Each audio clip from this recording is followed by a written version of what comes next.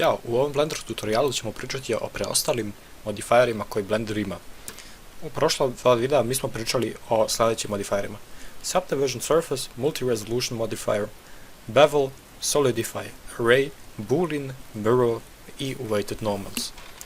Mi o njima sada nećemo više pričati, tako da mi sada počinjemo sa kategorijom Modify. Prvi je Data Transfer. Šta on nama omogućava? On nama omogućava da neke podatke jednog meša prebacimo na drugi. Naprimjer, ako ja sad ovo bevelujem, dosta prebacim na ovaj cube i mi vidimo da je on preuzeo shading prve kocke i prebacio je na drugu. Međutim, što primećujemo jesu artefakti koji se lako mogu zaobići sa drugim modifierima. Sljedeći modifier je Mesh Cache modifier. I što on nama dozvoljava? On dozvoljava da mi importujemo animacije iz drugih programa i ubacimo je u Blender. Dati formati koji su podržani jesu MDD i PC2. Mesh Sequence Cache omogućava istu stvar samo sa Alembic failovima. Normal Edit modifier nam dozvoljava da kontrolišemo normale našeg objekta uz pomoć nekog drugog objekta. Ja sam sad na primjer uzeo loptu i sad je kontrolišem normale pomoću ovog empty-a. UV Project modifier nam dozvoljava da promenimo jedan deo teksture uz pomoć jednog objekta u našoj sceni, na primjer ovaj empty. UV Warp modifier nam dozvoljava da isto to radimo, samo što mi menjamo mapiranje naše teksture. Tako da mi pokoristimo ovaj empty i dobijamo neki drugi rezultat. Vertex Weight Edit vam dozvoljava da promenite vaš weight painting na našem modelu, tako što mi uz pomoć Group Add-a i Group Remove-a možemo da setujemo Default Weight i Default Threshold. Vertex Weight Mix vam dozvoljava da mešate dva vertex grupa i da uz to dobijate drugačiji rezultat. Vertex Weight Proximity nam dozvoljava da editiramo naš vertex painting uz pomoć jednog empty-a, kako možemo da vidimo to tako što promenimo ovaj highest. Build modifier nam dozvoljava da napravimo neke stvari koje se stvaraju nijotkuda. Sada sam koristio cube i vidite kako se tokom vremena sam gradi. Decimate modifier nam dozvoljava kada imamo neki mesh koji ima jako puno površina, da mi te površine smanjimo uz pomoć Collapse, Unsubdivide ili Planar moda. Čak ja sad stisnem ovdje 0.5, onda dobijemo otprilike upola manje topologije nego pre.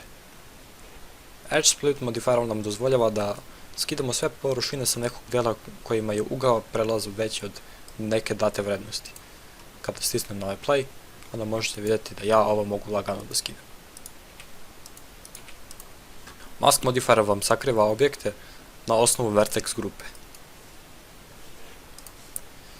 Remesh modifier vam dozvoljava da promenite topologiju na vašem tijelu. Primjer, ovo je Sharp, promenit ću na V6 iteracija, ovo je Smooth i ovo je Blocks. Screw modifier vam omogućava da na osnovu jednog 2D objekta možete da napravite neku spiralu, kao na primjer ovo. Za to vam je bitan screw, ravan na koju projecirate, ugao u koji želite da projecirate, steps vam je kvalitet, render steps vam je kvalitet u renderu i iteracije su vam broj iteracija.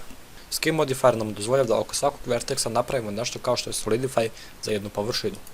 Triangulate modifier vam dozvoljava da mesh sa 4 strane premapirate u mesh sa 3 strane.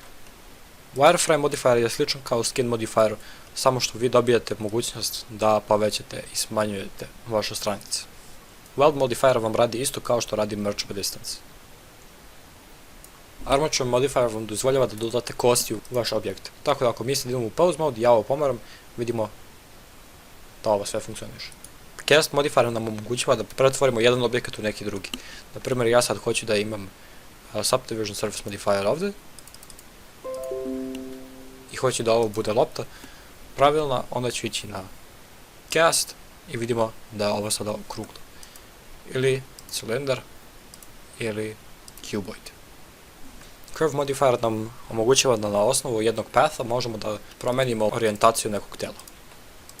Displace modifier nam omogućava da deformišemo jedno telo na osnovu jedne teksture. Primjer ovako. Hook modifier nam omogućava da deformišemo jedan objekat na osnovu drugog, kao na primjer sa ovim emptijem. Lattice modifier vam dozvoljava da deformišete jedan objekat na osnovu jednog latisa. Znači kada mi ovo stisnemo i pomeramo, mi vidimo da se ovdje nešto pomera. Perfektno. Mesh deform modifier vam je suštinski isto, samo što on dozvoljava da isto to radimo sa jednim meshom. Shrink wrap modifier vam dozvoljava da projecirate jedan objekat na jedan drugi. Primjer sa to shrink wrap, Suzanne. Above surface, i evo ga. Imamo kapicu. Sljedeći je simple deform modifier. Kao prvo imamo twist, to je uvijanje, kao drugo imamo bend, to je savijanje, kao treći imamo taper, to je onako da naoštri jednu ivicu, možemo sve više i više.